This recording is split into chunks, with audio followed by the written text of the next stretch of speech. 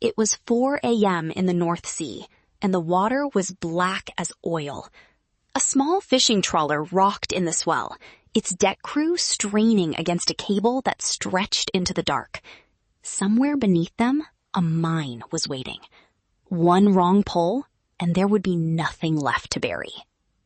This was not a warship. It was a converted herring boat, crewed by fishermen who, months earlier, had never fired a shot in anger. And it belonged to one of the most dangerous jobs of the entire First World War. Most people picture World War I as trenches and machine guns, barbed wire, mud.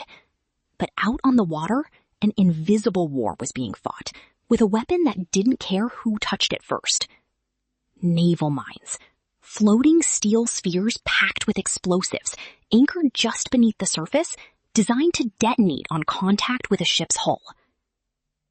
By 1917, the seas around Britain were seeded with tens of thousands of them.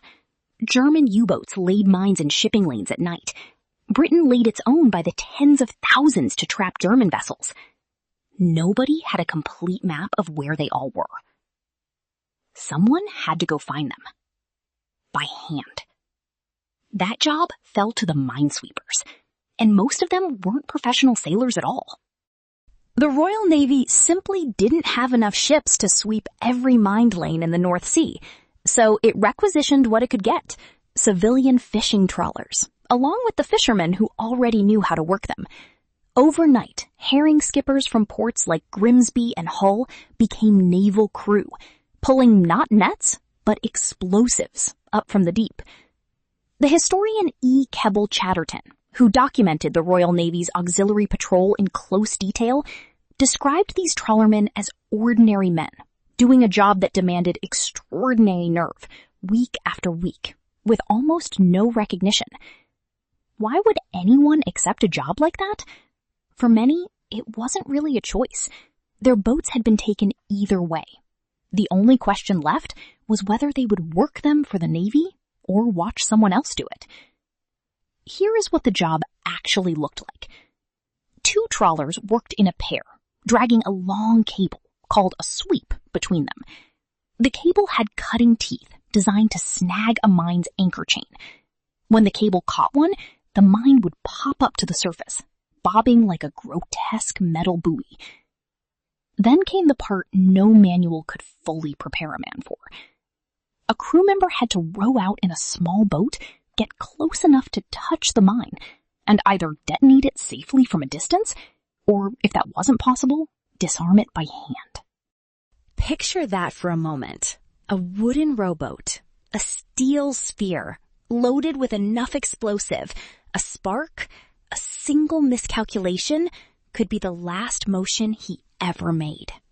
There was no way to make that safe. There was only a way to make it survivable, if everything went right. And often, it didn't. Minesweeping crews suffered losses that rivaled infantry units on the Western Front. Trawlers struck the very mines they were sent to clear. Explosions took whole crews in seconds, with no warning, and most of the time, no rescue possible in time. Some ships simply vanished on routine sweeps, and their crews were listed only as missing. So what made this job different from other dangerous roles in the war? A soldier in the trenches, at least, could sometimes see the threat coming, hear the whistle of a shell, glimpse a raid forming across no man's land. A minesweeper worked blind. The enemy wasn't a man with a rifle. It was a silent object hiding in water you could not see through, and it would not announce itself before it killed you. That is what made minesweeping, arguably, the most psychologically brutal job of the naval war. Not constant combat, but constant invisible risk, stretched across every single day at sea. Vice Admiral Reginald Bacon, who commanded the Dover Patrol, responsible for keeping the English Channel clear, wrote candidly about how thin the margin for error truly was for these crews. There was no dramatic charge, no visible enemy to face down, just routine, repeated exposure to a weapon built specifically to kill without warning. think about what that does to a person over time. A soldier facing a single major battle might endure a few hours or a few days of acute terror, followed by rest behind the lines. A minesweeper faced a smaller, quieter version of that terror every single morning, for months, sometimes years, without a defined endpoint. There was no final push to aim for, no trench to capture that would mean the danger was over. Just tomorrow's sweep, and the one after that. Some of the mines these crews hunted were not even simple to identify. German naval engineers regularly refined their designs, adjusting detonation triggers and anchor depths to make sweeping harder. A method that worked safely one month might fail the next, once the enemy had adapted. That meant crews were never just repeating a fixed, learnable task. They were constantly relearning how to survive a weapon that kept changing shape. Weather made everything worse. The North Sea in winter is not gentle. Waves large enough to swamp a small boat made the already delicate work of approaching a mine even more unpredictable. A sudden swell could knock a rowboat directly into the very object its crew was trying to disarm. Sweeping in fog meant working almost blind, listening for the scrape of cable against metal rather than seeing it. Many trawler crews simply could not choose their conditions. If the Navy needed a lane cleared, the boats went out, storm or no storm. By 1918, the scale of the mine war had grown almost unimaginable.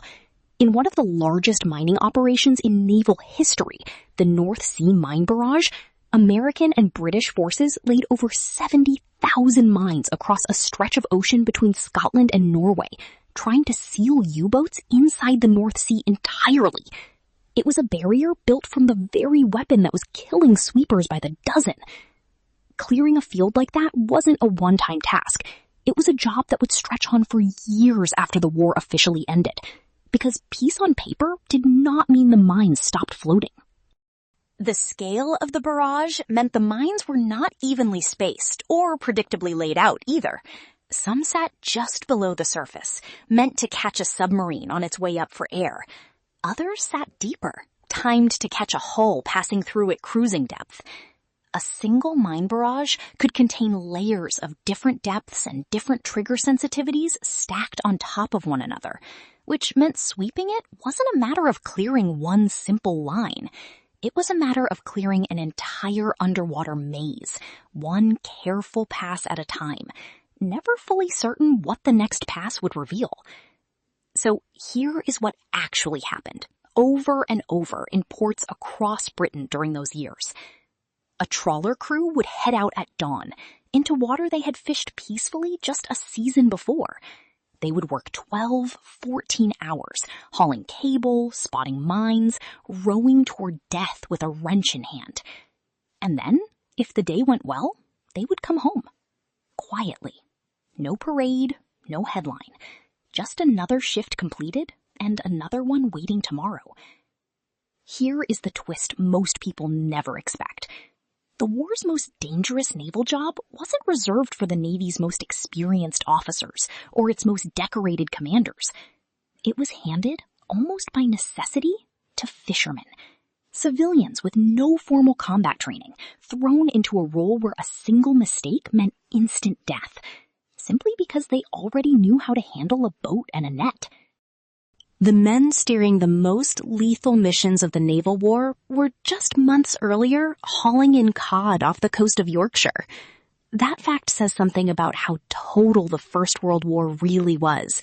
It didn't just consume soldiers, it consumed entire professions, entire coastal towns, reshaping ordinary working lives into wartime service almost overnight, and asking those ordinary people to face extraordinary danger with barely any preparation at all. Thousands of minesweepers, most of them former civilians, were lost across the war. Many of their names are recorded today only on small memorials in the fishing towns they came from, listed alongside soldiers who died in France and Belgium. A quiet reminder that the war's danger was never confined to land. And the mines themselves did not disappear when the armistice was signed in November 1918. Minesweeping operations continued for years afterward, because a mine doesn't know the war is over. It waits, indifferent until something touches it. That is, in a strange way, still true today. Old naval mines are occasionally still found and safely destroyed in European waters more than a century later. A slow, patient echo of a war that officially ended over 100 years ago, but never fully finished cleaning up after itself. So the next time you think of World War I, don't just picture the trenches. Picture a small fishing boat racking in the dark North Sea, its crew hauling on a cable towards something they cannot see and cannot afford to get wrong. It was 4 a.m. in the North Sea, and the water was black as oil. And somewhere out there, a fisherman turned sailor was doing the most dangerous job of the war, and no one back home would ever really know his name.